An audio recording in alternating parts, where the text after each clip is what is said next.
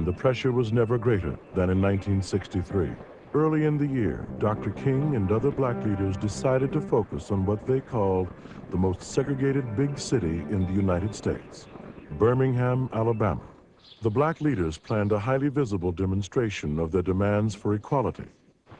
On April 12, 1963, 2 weeks after the birth of his fourth child, Dr. King, Reverend Ralph Abernathy, and 1,000 others marched toward downtown Birmingham.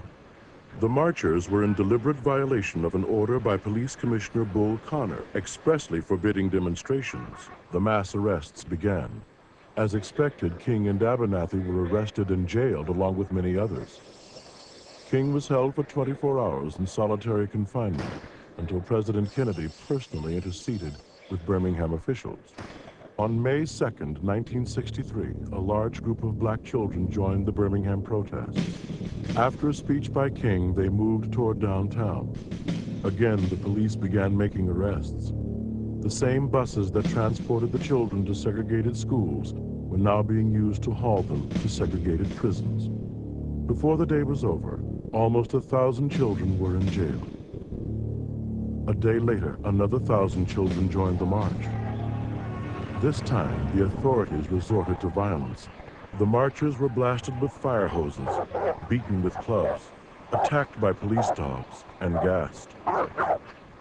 At last, on May 10, 1963, under pressure from the federal government and from outraged world opinion, the leaders of Birmingham accepted the demands of the Freedom Marchers. Having witnessed the abuse of power by Alabama authorities to the humiliating images of American violence and injustice being spread throughout the world, President Kennedy had seen enough.